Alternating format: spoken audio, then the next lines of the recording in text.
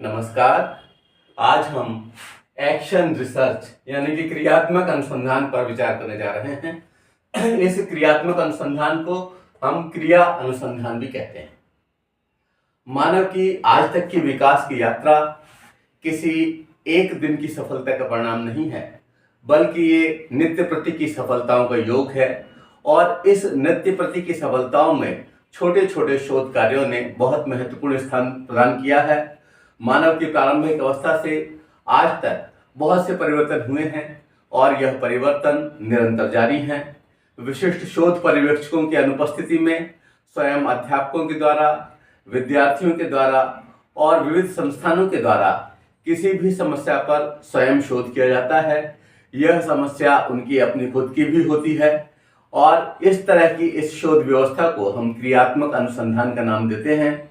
इसके माध्यम से हम अपने क्षेत्र, संस्थान, लोगों की विविध समस्याओं का अध्ययन करके समाधान व कारणों का अध्ययन करते हैं।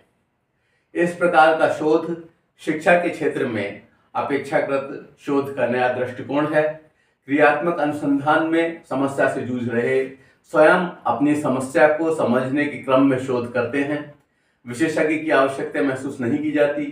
इस प्रकार का शोध क्रियात्मक अनुसंधान के नाम से जाना जाता है। क्रियात्मक अनुसंधान को भली भांति समझने हेतु कुछ विद्वानों के दृष्टिकोण का अध्ययन करना ज़्यादा अच्छा रहेगा और इन विद्वानों के दृष्टिकोण का अध्ययन करके हम ये समझ पाएंगे कि वास्तव में क्रियात्मक अनुसंधान क्या है, विभिन्न विज्ञ लोगों ने इस पर क्या राय दी है। और इस तरह के कुछ विचार मैं आपके समक्ष रखता हूँ। कुछ परिभाषाएं क्रियात्मक अनुसंधान की। विविध विद्वानों ने तत्संबंधी विविध आयामों को समेटते हुए अपने शब्दों को गुंथित कर जो विचार व्यक्त किए हैं, उनमें से कुछ प्रभावी अभिगम के दृष्टिकोण यहाँ पर प्रस्तुत कर रहा हूँ। और उसमें है John W best, J.W. Best की किताब एमएड लेवल पे, इससे ऊपर के लेवल पर आप लोगों ने पढ़ी होगी। उसमें उन्होंने कहा कि क्रियात्मक अनुसंधान किसी सिद्धांत के विकास की अपेक्षा तात्कालिक उपयोग पर केंद्रित रहता है। इसमें वर्तमान स्थानीय परिस्थितियों से संबंधित वास्तविक समस्याओं पर ही बल दिया जाता है। बहुत स्पष्ट है इनकी परिभाषा कि जो वास्तविक समस्याएं हैं और जो उस समय की समस्याएं हैं, उन पर हम ध्यान केंद्रित करते हैं और उस पर ये एक्शन रिसर्च अवलंबित रहती है। इसका आंग्ल वर्जन देखिए। Action research is focused on the immediate application, not on the development of theory. It has placed its emphasis on a real problem here and now in a local setting। यानी सबसे मुख्य शब्द जो इसमें है वो है रियल प्रॉब्लम।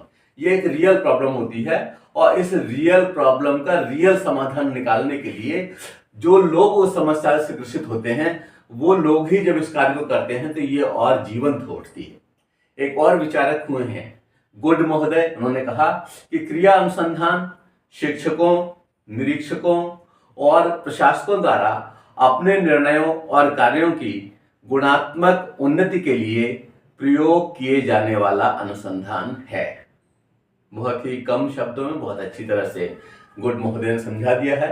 इसका आंग्ल version, action research is a research used by teachers, supervisors and administrators to improve the quality of their decisions and actions. तो ये उनके कार्यों को प्रभावित करती है, उनके निर्णयों को प्रभावित करती है और इसके आधार पर जो तलाश होती है उससे निश्चित रूप से संस्थान की प्रगति सुनिश्चित हो जाती है। एक और बहुत ही प्रसिद्ध विचारक हुए हैं मोले महोदय। मोले महोदय ने इस पर काफ़ी काम किया और इसके संबंध में इनकी बातों पर ध्यान दें कि इन्होंने कहा, मौके पर किए जाने वाले ऐसे अनुसंधान को जिसका उद्देश्य तात्कालिक समस्या का समाधान होता है, शिक्षा में साधारणतया क्रियात्मक अनुसंधान के नाम से जाना जाता है। इन्होंने बहुत ही सरल शब्दों में अपनी भाषा में इस बात को स्पष्ट कर दिया है। इसका आंग्ल वर्जन देखिए। On the spot research aimed at the solution of an immediate problem is generally known in education as action research. और इसके अलावा एक और बहुत ही प्रसिद्ध विचारक हुए जिन्होंने कि इस एक्शन रिसर्च पर अपनी राय दी है। विचारक का नाम है कोरे। कोरे महोदय क्या कहते हैं? इन्होंने कहा कि शिक्षा में क्रिया अनुसंधान कार्यकर्ताओं द्वारा किए जाने वाला अनुसंधान है, ताकि वे अपने कार्यों को कर सकें। कितना सरल है। यानी जो लोग जिस कार्य को कर रहे हैं, उन्हें जिस तरह की बाधा आ रही है, जिस तरह की समस्या आ रही है, तो उस समस्या के लिए जो वो शोध अध्ययन स्वयं कर रहे हैं, वो वाला अध्ययन है। इनकी विचारों का आंग्ल वर्जन देखें। Action research in education is research undertaken by practitioners in order that they may improve their practices. तो मैं समझ रहा हूं कि इन विचारों की, इन भाषाओं से, इन शब्दों से आशय स्पष्ट हो गया है कि क्रियात्मक अनुसंधान है क्या। क्रियात्मक अनुसंधान वास्तव में जो संस्था होती है, वो संस्था जिन समस्याओं से जूझ रही होती है। जैसे मान लीजिए आजकल हमें देखने को मिलता है कि बच्चे बहुत कम आते हैं, तो इस अनुपस्थिति का कारण क्या है, और फिर इसकी पूरी हम ये शोध करें क्या कारण है, किस तरह के लोग हैं, किस वजहों से नहीं आ रहे हैं, किस तरह के हम कार्य करेंगे तो ये लोग आने लगेंगे। ये सारा का सारा जो हम कार्य करते हैं ना, इसको हम एक एक्शन रिसर्च में समेट लेते हैं।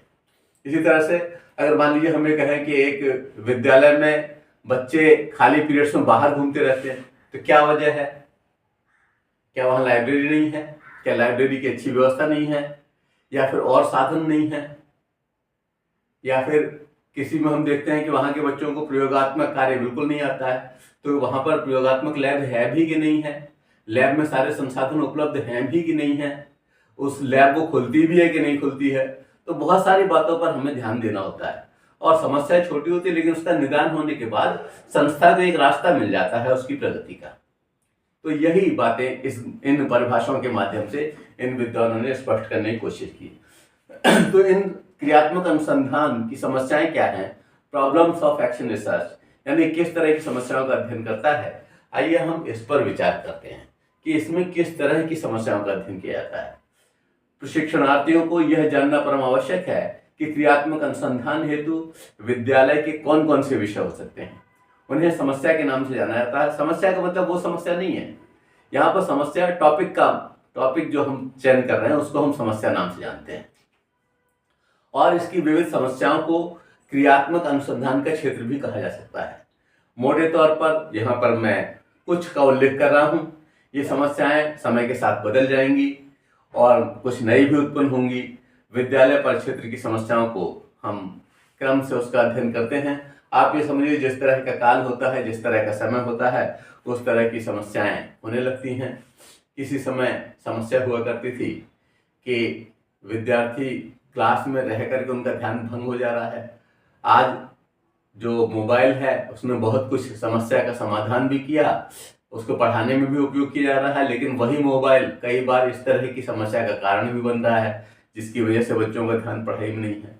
वो सोच रहे हैं सब कुछ इस पर मिल जाएगा, लेकिन यथार्थ या यथा स्थिति जो वास्तविक स्थिति है वो अलग है। वहाँ पर फीडबैक तुरंत नहीं मिल पा रहा है। तो ऐसी बहुत सारी बातें हैं जिनका अध्ययन हम इसमें करते हैं। किन किन समस्याओं का विद्यालयों की हम इसमें अध्ययन करते हैं, आइए इन पर थोड़ा सा विचार करते हैं। पहला पॉइंट है कि बाल मनोविज्ञान व व्यवहार संबंधित समस्याएं, child psychology and behaviour related problems. यानी कि जो बच्चे का व्यवहार है, वो व्यवहार हमें बड़ी चिंता में डाल रहा है, और वो व्यवहार विद्यार्थी सीख कहाँ से रहा है।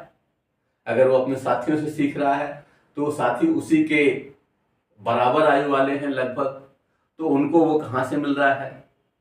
क्या टीवी का, समाज का, आस पड़ोस के लोगों का, किनका असर उनके ऊपर आ रहा है। आज ये सामान्य रूप से कई बार सुनने को मिला, यार पापा, ये क्या शब्द है। और बहुत सी इस तरह की क्रियाएं जो छोटे छोटे बच्चे अनायास कर देते हैं, और उसके बाद हमें लगता है कि ये हमारी संस्था से जुड़ा हुआ है, प्राथमिक स्तर से जुड़ा हुआ है, और इस स्तर पर इस तरह की बातें किस तरह से आ गई।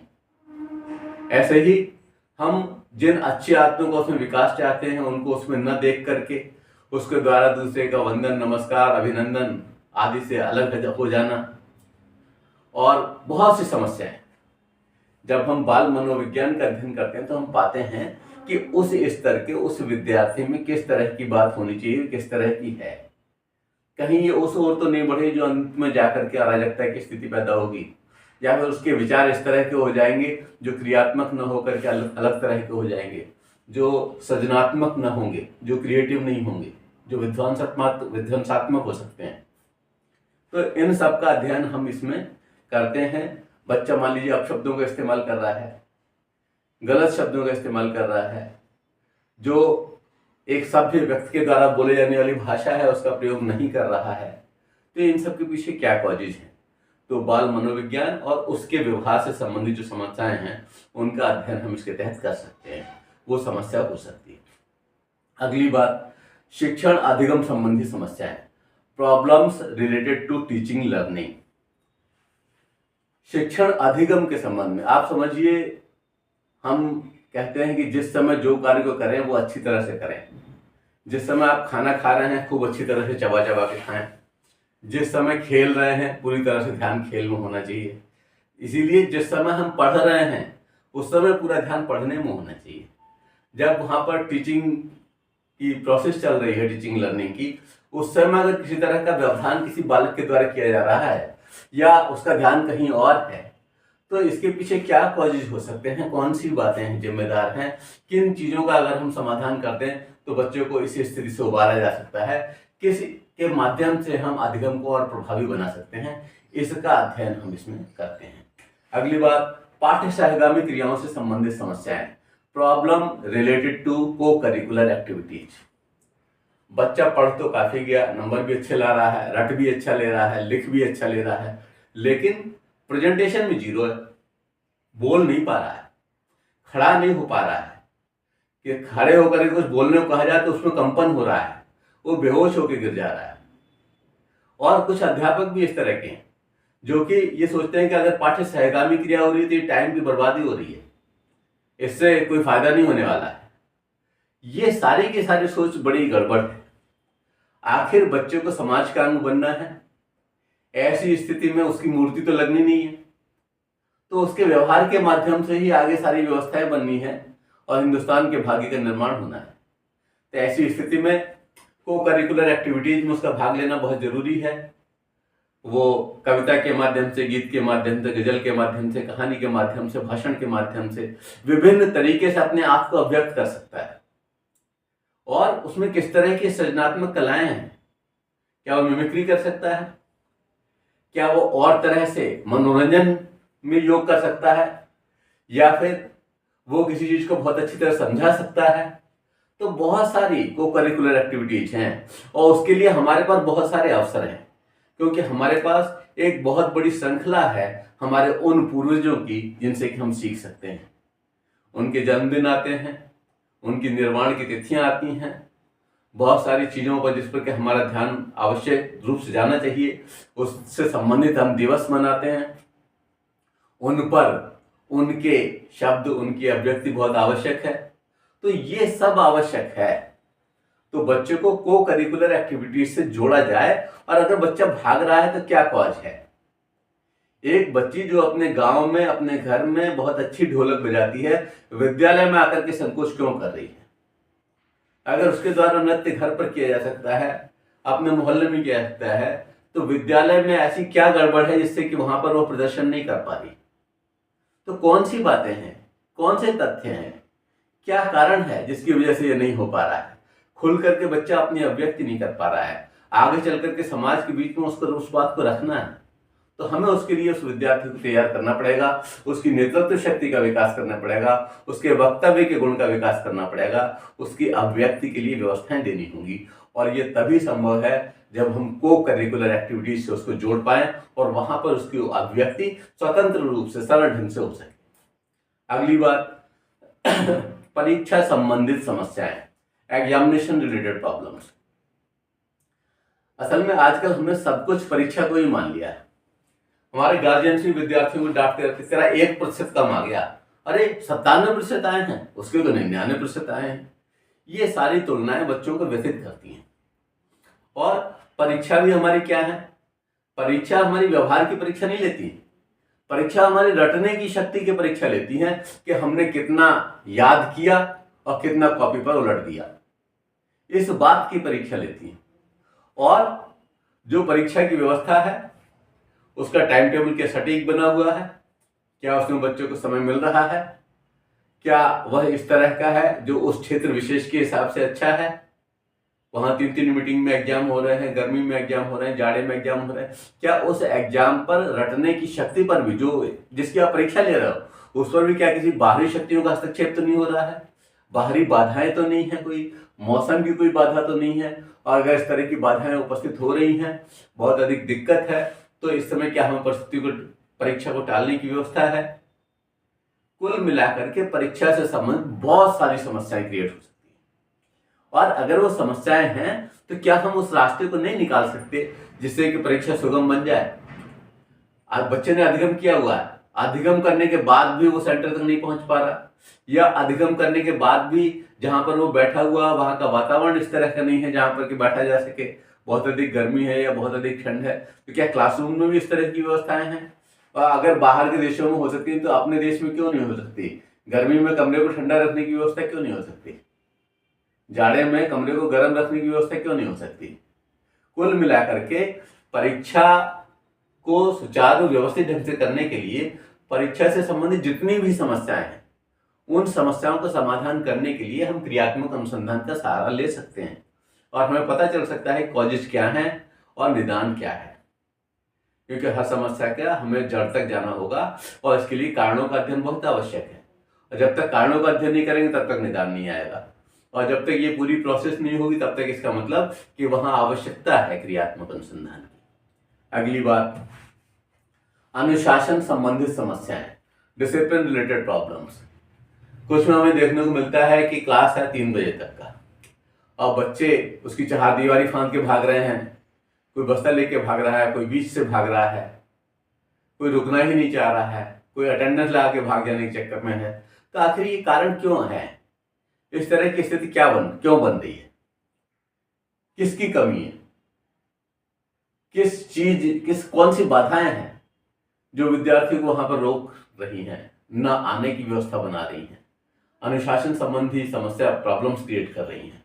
तो इस अनुशासन संबंधी समस्या को हल करने के लिए भी हम एक्शन रिसर्च का सहारा ले सकते हैं और हमारे एक्शन रिसर्च के टॉपिक इस अनुशासन से संबंधित हो सकते हैं। अगली बात, विद्यालय प्रशासन संबंधित सूचनाएं, स्कूल एडमिनिस्ट्रेशन रिलेटेड प्रॉब्लम्स। अभी एक पिक्चर देख रहा था, उसमें देख रहा था कि बार बार जो वहां के प्रबंधक महोदय थे वो क्लासरूम में आकर के बैठ जाया करते थे, जबकि उन्हें नहीं पता था कि 16 दूना 8 होता है, नहीं होता है, और कमियां उस अध्यापक में निकाला करते थे। इस तरह की बहुत सारी बातें हैं, कहीं पर अध्यापक की, कहीं प्रबंधक की, कहीं और शासकीय कारणों से अधिगम में बाधा पैदा हो सकती है।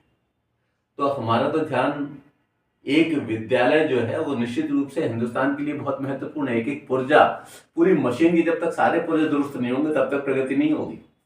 इसलिए हमें यह अध्ययन करना होगा कि क्या प्रशासकीय कारण तो नहीं है, विद्यालय प्रशासन संबंधित तो ऐसी कोई बात नहीं है जिसकी वजह से अधिगम प्रभावी हो रहा है। कहीं ऐसा तो नहीं कि उस विद्यालय ने लाइब्रेरी ही नहीं बनाई, कहीं ऐसा तो नहीं कि वहाँ डिस्टेंस एजुकेशन की व्यवस्था के लिए उचित साधन नहीं है, कहीं ऐसा तो नहीं कि आज के जमाने में भी वहाँ पर ई लाइब्रेरी नहीं है, कहीं ऐसा तो नहीं कि वहाँ पर प्रयोगात्मक साधन नहीं है, कहीं ऐसा तो नहीं कि जो मूल रूप से व्यवस्थाएं होनी चाहिए थी उसकी भी वहाँ पर कमी है। तो इन सब का अध्ययन करना बहुत आवश्यक है विद्यालय प्रशासन संबंधी समस्याओं, और इसके लिए हमारे पास एक बहुत ही सरल, बहुत ही अच्छा साधन उपलब्ध है जिससे हम कारणों का पता लगा सकते हैं, निदान भी कर सकते हैं और उसकी स्टेप बाय सिस्टम भी बना सकते हैं। अगली बात, अध्यापक संबंधी समस्याएं, टीचर रिलेटेड प्रॉब्लम्स। आज पूरे हिंदुस्तान में जो विद्यालय हैं, जो महाविद्यालय हैं, इसमें अगर हम देखें तो सेल्फ फाइनेंस के क्षेत्र में विद्यालयों की संख्या अधिक है, और इतनी अधिक है कि लगभग जो शासन के विद्यालय हैं उससे 4 गुने विद्यालय अशासकीय क्षेत्र में है, यानी कि जो सेल्फ फाइनेंस सेक्टर में है। और जो सेल्फ फाइनेंस सेक्टर्स में हैं उनके अध्यापक जो कुछ भी अर्न कर रहे हैं वो शासन के अध्यापकों की तुलना में बहुत कम अर्न कर रहे हैं। जीना उनको भी है, परिवार उनके साथ भी है, समाज में जितनी महंगाई है वो उनके लिए भी है। तो ऐसी स्थिति में उनके सामने समस्याएं ज़्यादा हैं। और अस्तित्व को बचाए रखना तक मुश्किल हो गया है। तो ऐसी स्थिति में अध्यापक संबंधित कौन कौन सी समस्याएं हैं? कुछ अध्यापक इस तरह के जो कि जानबूझ करके ही टाइम से लेट आ रहे हैं। अगर अध्यापक ही लेट आएगा तो विद्यार्थी से किस मुंह से कहेगा? अगर पहुंचने वाला कपड़ा ही गंदा होगा तो फर्श के साफ होने की उम्मीद कैसे की जा सकती है? इसलिए अध्यापक का पूरा प्रभाव विद्यार्थी पर पड़ सके और विद्यार्थी अधिगम कर सके, पूरे हिंदुस्तान की प्रगति सुनिश्चित हो सके, इसलिए बहुत जरूरी है कि अध्यापक से संबंधित अगर कुछ समस्याएं हैं तो उनका निदान भी होना चाहिए। अगर उससे समय पर वेतन नहीं मिल रहा है, बहुत अधिक विलंब के बाद मिल रहा है, या जब वेतन का समय आ रहा है उस समय हटा करके दूसरे को रख लिया जा रहा है, तो इस तरह की बहुत सारी समस्याएं हैं। तो इन समस्याओं का सॉल्यूशन क्या हो सकता है? विद्यालय की प्रगति में कौन सी चीज बाधा आ रही है, कौन से कारण उपस्थित हो रहे हैं, उनका अध्ययन हम कर सकते हैं इस एक्शन रिसर्च के तहत। अगली बात, अभिभावक दखलंदाजी संबंधित समस्याएं, प्रॉब्लम्स रिलेटेड टू पेरेंट्स इंफेरेंस। एक जमाना था जबकि पेरेंट्स आया करते थे अध्यापक के पास और कहते थे कि केवल हड्डी हड्डी हमारी है, माँ सारा तुम्हारा है, अच्छी तरह से पढ़ा देना, चाहे इसकी कितनी पिटाई करनी पड़े। हालांकि पिटाई कोई आवश्यक साधन नहीं है जिससे कि अधिगम हो जाएगा, लेकिन कुल मिलाकर के उन पेरेंट्स का विश्वास कितना होता था कि गुरुजी जो करेंगे वो अच्छा ही करेंगे। और आज अगर डांट भी दिया जाता है तो पेरेंट्स जो है चढ़ाते हैं कि आपने डांट कैसे दिया हमारे बच्चे को। और जबकि बच्चा निरंतर गलती कर रहा, बच्चे की सारी गलतियां माफ, पूरी तरह से वो एक तरह से दुशासन के पिताजी जैसे, धृतराष्ट्र की तरह से हो जाते हैं। और कुल मिलाकर के इससे नुकसान किसका होता है? विद्यार्थी का होता है और राष्ट्र का होता है। क्योंकि अगर हम प्यार करने का अधिकार रखते हैं अध्यापक, तो डांटने के लिए कोई बाहर से नहीं आएगा, उसे हम ही डांटेंगे, क्योंकि वो हमारा बेटा है, हमारी बेटी है, हम उसे गढ़ रहे हैं और उस गढ़ने में अगर उससे गलतियां हो रही हैं तो उसे डांटना भी स्वाभाविक है, उसे प्यार करना भी स्वाभाविक है, उसे अच्छी तरह समझाना भी स्वाभाविक है। अपने बच्चे के साथ जो कुछ भी किया जाता है वो सारी की सारी क्रियाएं होंगी। ऐसे में अभिभावकों की अनावश्यक दखलंदाजी किन क्षेत्रों में अधिक हो रही है, क्यों हो रही है, क्या कॉज है, किस तरह से वो सीधे क्लास तक पहुंच जा रहे हैं, तो इन सब चीजों का अध्ययन भी हम कर सकते हैं और इसको विषय बना सकते हैं अपनी इस एक्शन रिसर्च का। तो ये कुछ बिंदु मैंने लिए जिसमें कि एक्शन रिसर्च के विषय क्या क्या हो सकते हैं, इस पर बात की। अब विद्यालय में क्रियात्मक अनुसंधान का प्रयोजन क्या है? क्यों इसको हम बनाते हैं, क्यों करते हैं क्रियात्मक अनुसंधान? Purpose of action research in school. स्कूलों में ही अब इसकी बीएड के पाठ्यक्रम में है एक्शन रिसर्च, और इसको जो है विद्यार्थी करके सीखते हैं कि एक्शन रिसर्च कैसे की जाती है। एमएड में एक क्वेश्चन आया करता है एक्शन रिसर्च पर, तो और एमए एजुकेशन में एक्शन रिसर्च पर पूछा गया है। कुल मिलाकर के जो भी एजुकेशन के सारे सेक्टर्स हैं उसमें क्रियात्मक अनुसंधान की बात है, और साथ ही जो मानविकी विषय हैं उसमें भी क्रियात्मक अनुसंधान एक चैप्टर के रूप में मौजूद है। तो विद्यालय में क्रियात्मक अनुसंधान का क्या प्रयोजन है, आइए थोड़ा सा विचार इस पर करते हैं। Purpose of action research in school. क्रियात्मक अनुसंधान का प्रयोजन अलग अलग संस्थाओं हेतु उनकी आवश्यकता के दृष्टिकोण से भिन्न हो सकता है, सबका एक जैसा नहीं होगा। सामान्यतः इसका विविध तत्संबंधी क्षेत्रों में उन्नयन ही उद्देश्य होता है।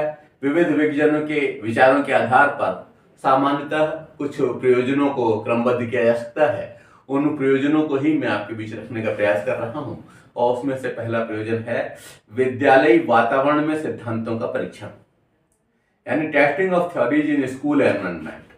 जो विद्यालयी वातावरण में विद्यालय से संबंधित सिद्धांत हैं वो सही हैं, आज के हिसाब से उचित है नहीं है, या उन्हें छोड़ करके कुछ नए सिद्धांत गढ़ने चाहिए, या हमें अपना रास्ता कुछ अलग चेंज कर लेना चाहिए। किसी काल विशेष के लिए कोई बात सही हो सकती है, वो हमेशा के लिए सही होगी ये कहा नहीं जा सकता। कुछ गीत ऐसे हो सकते हैं जो कालजयी हों, लेकिन सारे के सारे होंगे ये संभव नहीं है। अगर मान लीजिए कोरोना के समय में कोरोना संबंध बहुत सारे गीत बने, तो आज उनकी आवश्यकता या आज हमें ये बताने की आवश्यकता नहीं रह गई कि कोरोना से बचाव के लिए आप ये करें, क्योंकि वो समय जा चुका है। तो विद्यालय वातावरण में सिद्धांतों का परीक्षण की करने उचित है, और इसे समय समय पर हमें सोचना चाहिए तो इसके लिए भी इसकी आवश्यकता होती है और ये इस अनुसंधान का एक प्रयोजन है। अगली बात, आवश्यकता है प्रजातंत्रात्मक मूल्यों के स्थापन की। तो इस प्रयोजन से भी हम इस एक्शन रिसर्च करते हैं कि कहीं प्रजातंत्रात्मक मूल्यों का ह्रास तो नहीं हो रहा है। एस्टेब्लिशमेंट ऑफ डेमोक्रेटिक वैल्यूज, ये आज की आवश्यकता है और भारत जैसे प्रजातंत्रात्मक देश की आवश्यकता है जो विश्व का सबसे बड़ा प्रजातंत्र है। तो अगर हमसे ही चूक हो गई तो सारी उंगलियां हमारी तरफ उठेंगी, इसलिए इसका हमें विकास करना है। तो क्रियात्मक अनुसंधान के माध्यम से हम ये देख लें कि क्या इसमें सफलता में कहीं कोई बाधा तो नहीं है, कहीं कोई दिक्कत तो नहीं है।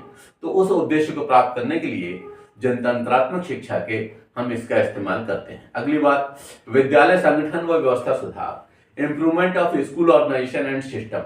इसके लिए भी आवश्यक है विद्यालय में क्रियात्मक अनुसंधान। विद्यालय में क्रियात्मक अनुसंधान का प्रयोजन ही ये है कि किस तरह से उन्नति होगी, किस तरह से प्रगति होगी, किस तरह से सुधार होगा। तो अगर हम विद्यालय संगठन और व्यवस्था में सुधार की बात करेंगे तब इसकी आवश्यकता निश्चित रूप से होगी ही होगी। अगली बात, विद्यालय के चेतना तत्वों का सामान्य उन्नयन, general upgradation of school consciousness elements. आप ये समझिए, कॉन्शियसनेस से जुड़ा हुए वहां पे कौन कौन से प्राणी होते हैं? अध्यापक होता है, हमारे सफाई कर्मचारी होते हैं, हमारे तृतीय श्रेणी कर्मचारी ऑफिस क्लर्क्स वगैरह होते हैं और हमारे विद्यार्थी होते हैं। ये सारे के सारे मिलकर के सोचें कि हमारा घर है। तो ऐसी स्थिति में विद्यालय की सफाई की समस्या, विद्यालय में सारी चीजों की व्यवस्था, विद्यालय में विभिन्न चीजों को गढ़ा जाना, विद्यालय में अनावश्यक कोई टूट फूट न हो, इस सब की व्यवस्थाएं अपने आप पैदा हो जाएंगी। ये जितने भी कॉन्शियस से जुड़े हुए, चेतना से जुड़े हुए प्राणी हैं, ये सारे के सारे केवल इस बोध को अपने अंदर जगा लें कि यह उनका है। अगर वो पढ़ करके चले भी जाएंगे और कभी लौट करके आएंगे तो अपने बच्चों को, अपने साथियों को बताएंगे हाँ हम इस विद्यालय में पढ़े थे। उस विद्यालय को देखने का मौका मिलता है तो ये अपने आप को पुनः उस बचपन में जीने का एक तरीका होगा। कुल मिलाकर कहता है कि इन सारे चेतन तत्वों को, इनके सामान्य उन्नयन के लिए ये आवश्यक है कि हम वहां पर एक्शन रिसर्च करें, क्योंकि ये चीज बनी रहे और हम बड़े होने के बाद, बूढ़े होने के बाद भी अरे हम उस विद्यालय से पढ़े थे, वो विद्यालय तब ऐसा था, अब उसमें ये परिवर्तन आए हैं और वो प्रगति की ओर भी बढ़ना चाहिए लगातार और निश्चित रूप से संभव होगा। अगली बात, प्रधानाचार्य, प्रबंधक, निरीक्षक, अध्यापकों व अन्य कर्मचारियों को उत्तरदायित्व के प्रति सजग करना। Making the principal, manager, inspector, teachers and other employees aware of their responsibilities. सभी को उनके दायित्व के प्रति सजग करना कि जो दायित्व उनके द्वारा निर्वाहित किया जा रहा है वह अब इंप्रेसिव नहीं रह गया है, उसमें कहीं ना कहीं कोई कमी आ गई है, वह रूढ़ हो गया है, उसमें परिवर्तन की आवश्यकता है। ये सारी चीजें बहुत आवश्यक हैं और जो विद्यालय संबंध बहुत सारे नियम होते हैं, उन नियम को पालन करने के लिए अब प्रिंसिपल जो है वो ऐसा हो तो नहीं हो सकता है कि वो हिटलर हो जाए कि जाकर के लड़े हर चीज से। अगर मान लीजिए विद्यालय के बाहर आवाज लगा रहा है कोई रेहड़ी वाला, तो ऐसी स्थिति में वो क्या करे? अगर उससे जुड़े हुए लगे हुए घर हैं और वहां से आवाजें आ रही हैं, वहां पर कोई फुल स्पीड में कुछ चलाया जा रहा है, तो निश्चित रूप से इसका दुष्प्रभाव पड़ेगा। तो सबसे लड़ा तो नहीं जा सकता। विद्यालय संबंधी जो नियम है उनका अनुपालन सुनिश्चित करा ले और साथ साथ उसका खुद का क्या कर्तव्य है इस पर वो ध्यान दे ले, तो निश्चित रूप से अधिगम प्रभावी हो जाएगा, विद्यार्थी सजग हो जाएंगे और सारे के सारे सजग रहेंगे तो इस तरह की स्थितियां पैदा ही नहीं होंगी। इसलिए सबको सजग रहना आवश्यक है और सबके सजग रहने के लिए अगर मान लीजिए कहीं उत्तरोत्तर ह्रास की क्रिया हो रही है तो हमें चेतावनी कर देती है हमारी एक्शन रिसर्च कि भाई अब समझ जाओ, यहां पर आपको चेंज करना है अपने आप को। एक्शन रिसर्च के परिणाम ये कह रहे हैं और इस तरह से किया जा सकता है, यही बता रहा है। तो इससे बड़ी क्या बात हो सकती है और इसलिए जो है हम इस पॉइंट्स को इसमें रख सकते हैं। अगली बात, हम अक्सर सुनते हैं कि जब जागो तभी सवेरा, और जब जागो तब सवेरा का व्यवहारिक प्रयोग हम यहां पर कर सकते हैं। Practice use of job of जब जागो तब सवेरा, प्रैक्टिकल यूज हम यहां कर सकते हैं कि मान लीजिए हमें अब पता चला कि हाँ हम ये प्रॉब्लम है और प्रॉब्लम के कारण ये हैं, प्रॉब्लम के निदान ये हो सकते हैं, इस समय तक ये पूरा हो सकता है, इस समय तक ये समस्या का समाधान हो जाएगा, इसके बाद इसके परिणाम प्राप्त हो जाएंगे। तो जब हमें सब कुछ इसके माध्यम से पता चल जाएगा तो हम जिस समय भी हमें लगा कि हाँ ये प्रॉब्लम इस संस्थान में घर कर रही है, हम उसका निदान कर सकते हैं। नेक्स्ट पॉइंट, विद्यालय क्रियाओं में सुधार, इंप्रूवमेंट इन स्कूल एक्टिविटी। कभी कभी लोग कहते हैं पहले ये विद्यालय बहुत अच्छा था, अब ये ऐसा नहीं रहा। तो आखिर कौन सी बात ऐसी हो जाती है जिसकी वजह से लोग ये कहते हैं कि पहले अच्छा था अब नहीं रहा, या उन प्राचार्य महोदय के सामने तो बहुत अच्छा था अब नहीं है। इसका मतलब कहीं ना कहीं कोई कमी तो है। और कमी किसमें होती है? व्यक्ति तो बदलता है, संस्थाएं रहती हैं, हमेशा एक व्यक्ति नहीं रहेगा, संस्था रहेगी। तो ऐसी स्थिति में उसकी क्रियाओं में परिवर्तन होता है। अगर क्रियाएं पॉजिटिव रूप से ऐसी हो जाए जिससे कि आने वाली जनरेशन को फायदा हो, तब ये कहा जाएगा कि अभी पहले से भी अच्छा हो गया है। और अगर उसमें कमी आ गई तो ये कहा जाएगा कि अब ये पहले जैसा नहीं रहा। तो कुल मिलाकर के विद्यालय क्रियाओं में सुधार की आवश्यकता है, इंप्रूवमेंट इन स्कूल एक्टिविटी। और उस सुधार में महत्वपूर्ण योगदान किसका होता है? एक्शन रिसर्च का, क्रियात्मक अनुसंधान का। अगली बात, सामूहिक कार्यों को सकारात्मक दिशाबोध, positive direction to collective work, team spirit. और ये टीम स्पिरिट अकेले रह करके घर पे विकसित नहीं हो सकती। जिस तरह से कि अगर हम ये कहें कि भाई तैरना सीखो, एक दूसरे तैरते हुए व्यक्ति को डूबने से बचाना सीखो, कोई सोचे कि हम अकेला किताब पढ़ करके सीख जाएंगे, संभव नहीं है। इसके लिए व्यावहारिक प्रयास करना होगा। इस तरह से जो गेम स्पिरिट है, टीम स्पिरिट है, जब तक टीम होगी नहीं तब तक वो टीम स्पिरिट नहीं आएगी। और टीम के साथ जब तक हम काम नहीं करेंगे, जब तक हम समूह में काम नहीं करेंगे, तब तक उस भावना को नहीं जगा सकते। अगर मान लीजिए हमें पता चला है कि समाज से हम क्या ले सकते हैं, समाज में किस तरह के कार्य होते हैं, कौन सी इंडस्ट्रीज है, इंडस्ट्रीज में हम भ्रमण करने जा रहे हैं, वहां हम देख रहे हैं कि एक क्षेत्र में ये हो रहा है, एक क्षेत्र में ये हो रहा है। मान लीजिए हम शुगर फैक्ट्री का अध्ययन करने के लिए गए और वहां पर जब विद्यार्थी गए तो उन्होंने देखा कि भाई ये देखिए इस तरह से ये ट्रकों में, गाड़ियों में गन्ना आ रहा है और ये इस तरह से यहाँ पर डाला जा रहा है इस चेन के ऊपर, ये चेन इसको ले जा रही है, यहाँ पर कुछ लोग काम कर रहे हैं और वो कट करके गन्ना आगे जा रहा है, आगे जा करके रोलर के बीच में पिस रहा है, उससे रस निकल रहा है, रस जो है आगे जा रहा है, वो पेन में इकट्ठा हो रहा है और उसके नीचे बॉयलर जल रहा है, बॉयलर की वजह से वो गर्म हो रहा है और आगे जाके क्रिस्टलीकरण हो रहा है। क्रिस्टलीकरण में इतना समय लग रहा है, उसके बाद ये प्रोसेस हो रही है, फिर ये चीनी बन करके इस तरह से आ रही है और ये पैकिंग हो रही है और ये तुल करके पैक होता जा रहा है और फिर ये बाहर बिक्री के लिए जा रही है। कुल मिलाकर के सारी की सारी प्रोसेस है, इसमें अलग अलग स्थानों पर लगे हुए अलग अलग टीम हमें दिखाई पड़ेंगी। और ये फैक्ट्री चूंकि 24 घंटे वर्क करती हैं तो 8-8 घंटे की शिफ्ट में ये काम करते हैं और सारे के सारे लोग इस तरह काम करते हैं। तो इस तरह की बहुत सारी चीजें हम दिखा सकते हैं जिससे कि टीम स्पिरिट हमारे विद्यार्थियों में जगे और टीम के साथ काम करने की भावना जब उसमें आ जाएगी तब वह सामूहिक कार्यों को कर सकेगा। आप समझिए किसी के शादी हो, किसी के कोई डेथ हो जाए, किसी कोई सामाजिक उत्सव हो, वो अकेले नहीं होते, वो सबके सहयोग से होते हैं। और ये जो बड़े लोग होते हैं ये कभी ना कभी जरूर बच्चे रहते हैं, तो उस बच्चे जब ये हैं तभी इस बात को सीख जाए कि सामूहिक कार्यों को कैसे अंजाम दिया जा सकता है। और ये सिखाने में हमारी ये एक्शन रिसर्च महत्वपूर्ण भूमिका प्ले करती है। अब इस एक्शन रिसर्च के एक्चुअली स्टेप्स कौन कौन से हैं जिसके माध्यम से एक्शन रिसर्च होती है? तो आइए हम उन पदों का अध्ययन कर लेते हैं। स्टेप्स ऑफ एक्शन रिसर्च का हम अध्ययन करते हैं कि कौन कौन से स्टेप हैं जिनको करके हम इसके उद्देश्य को प्राप्त कर लेंगे। तो क्रियात्मक अनुसंधान से वांछित फल प्राप्त करने के लिए यह परम आवश्यक है कि समस्त आवश्यक पदों पर गंभीरता पूर्वक कार्य किए जाएं। इन पदों को भली भांति जानने समझने की आवश्यकता है और इन्हें हम इस प्रकार से वर्णित कर सकते हैं, एक एक बिंदु को लेंगे जिससे कि बिल्कुल स्पष्ट हो जाए। पहली बात, समस्या को स्पष्ट रूपेण समझना, अंडरस्टैंड द प्रॉब्लम क्लियरली, यानी कि हमारी जो जेहन में समस्या क्रिस्टल क्लियर होनी चाहिए, शीशे की तरह साफ होनी चाहिए कि समस्या ये है, इसके लिए हम काम कर रहे हैं। और जब वो समस्या ही उलझे हुए रूप से होगी तो हम फिर क्रिस्टलीकरण नहीं होगा, फिर सही दिशा में नहीं बढ़ेंगे, फिर हमारा भटकाव हो सकता है। इसलिए बहुत जरूरी है पहले पद के रूप में जो समस्या है उसे हम समझ लें कि समस्या है क्या, है ना। अब दूसरी बात कि कार्य प्रस्तावों पर गहन विमर्श, in depth discussion on work proposals, किस तरह से कार्य किया जाएगा।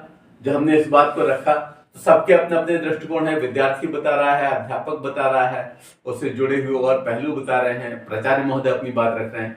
कुल मिलाकर के सभी की बातों को महत्व प्रदान किया जाए।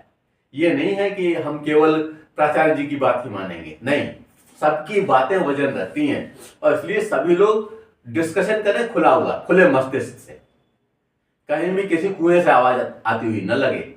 और आज के परिप्रेक्ष्य में, आज के धरातल पर, वास्तविकता के धरातल पर, यथार्थ के धरातल पर हम उसकी बात करें, तब निश्चित रूप से हम सही ढंग से उस पर गहन विमर्श करेंगे, तो निश्चित रूप से आगे बहुत अच्छी तरह से हम उसका समाधान कर पाएंगे। तो दूसरी बात ये रही, पहली बात क्या रही कि स्पष्ट रूप से समझ जाए, दूसरी बात उस पर सभी के द्वारा गहन विचार विमर्श हो, और फिर तीसरी बात उद्देश्य व परिकल्पना, कि हमारे इसका उद्देश्य क्या होगा, ये हम काम करने जा रहे हैं, इसका उद्देश्य, इस उद्देश्य को लेकर हम काम कर रहे हैं।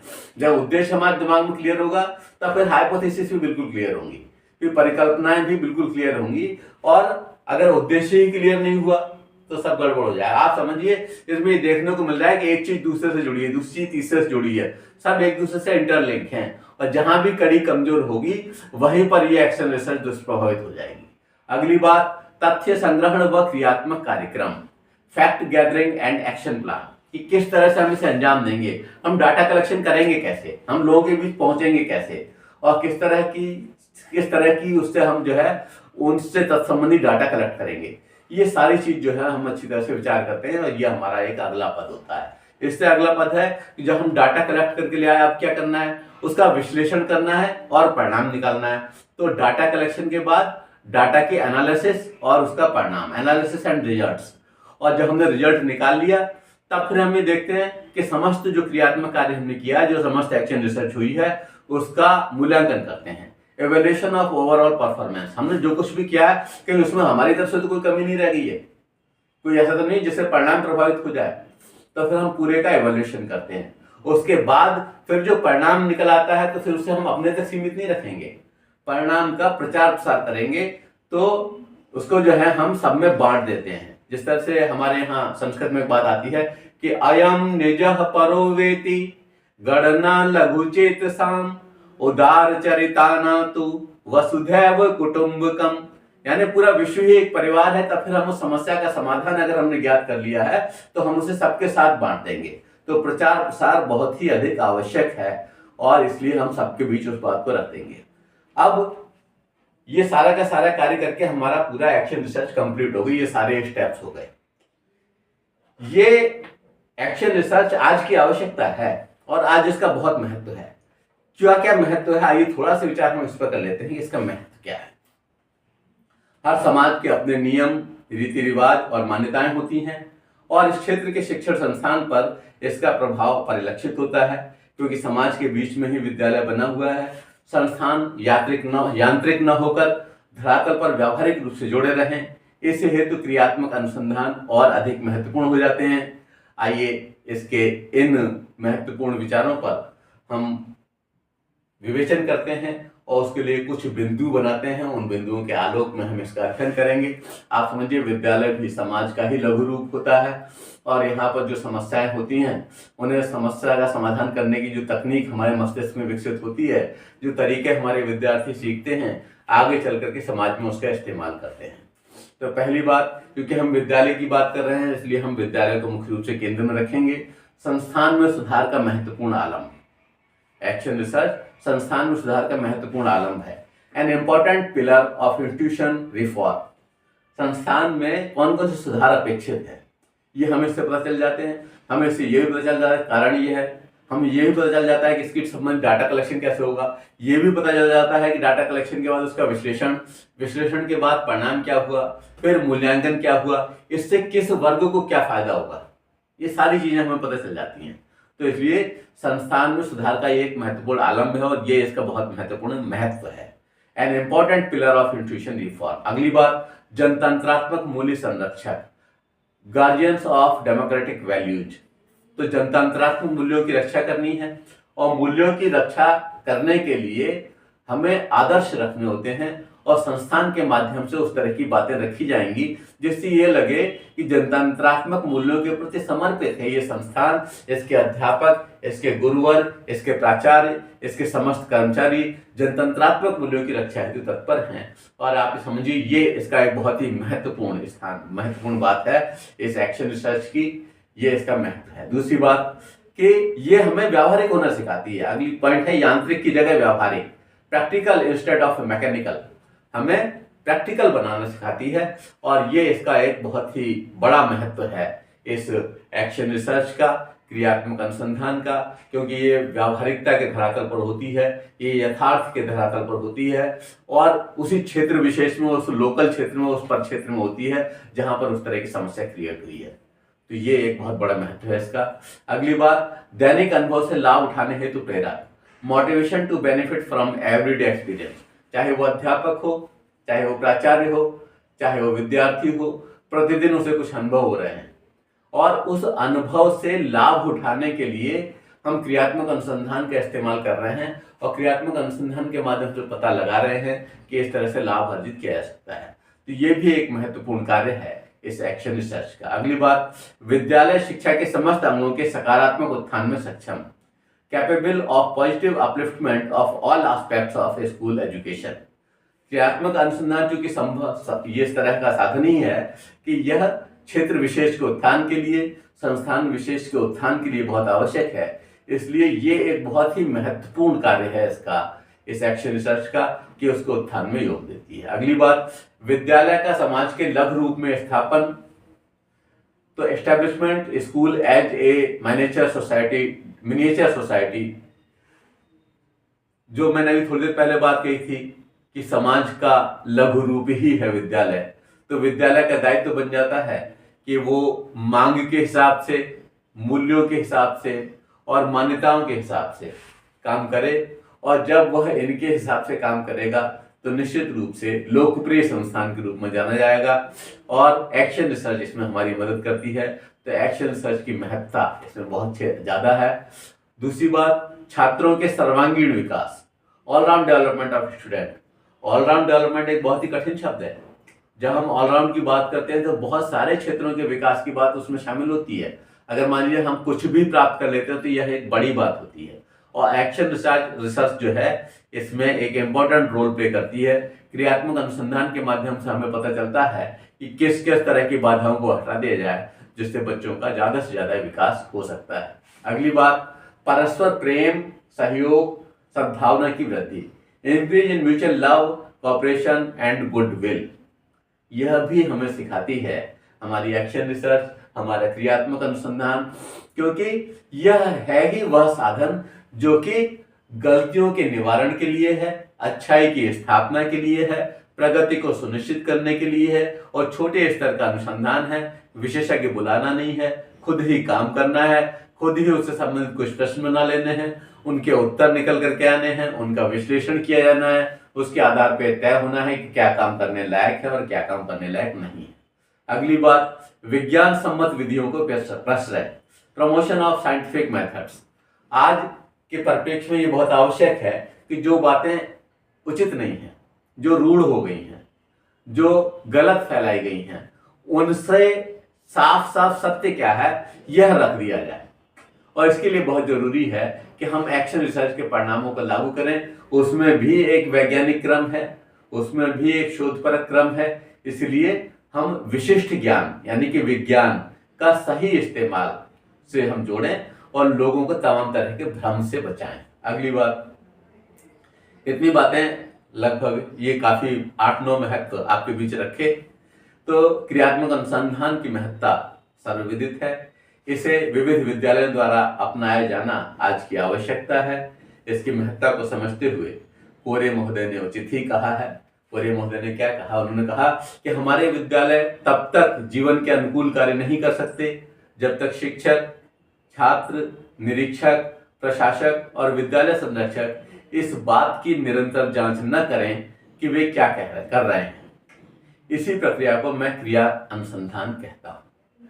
कोरे की ये भाव हैं वो इतने स्पष्ट हैं कि पूरी तरह समझ में आते हैं, बोधगम्य है। एक बार पुनः सुने कि हमारे विद्यालय तब तक जीवन के अनुकूल कार्य नहीं कर सकते हैं जब तक शिक्षक, छात्र, निरीक्षक, प्रशासक और विद्यालय संरक्षक इस बात की निरंतर जांच न करें कि वे क्या कर रहे हैं। इसी प्रक्रिया को मैं क्रियात्मक अनुसंधान कहता हूं या क्रिया अनुसंधान कहता हूं।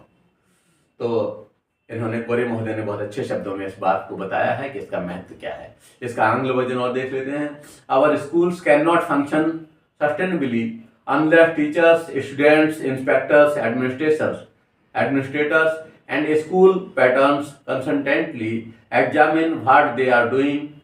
The process is what I call action research.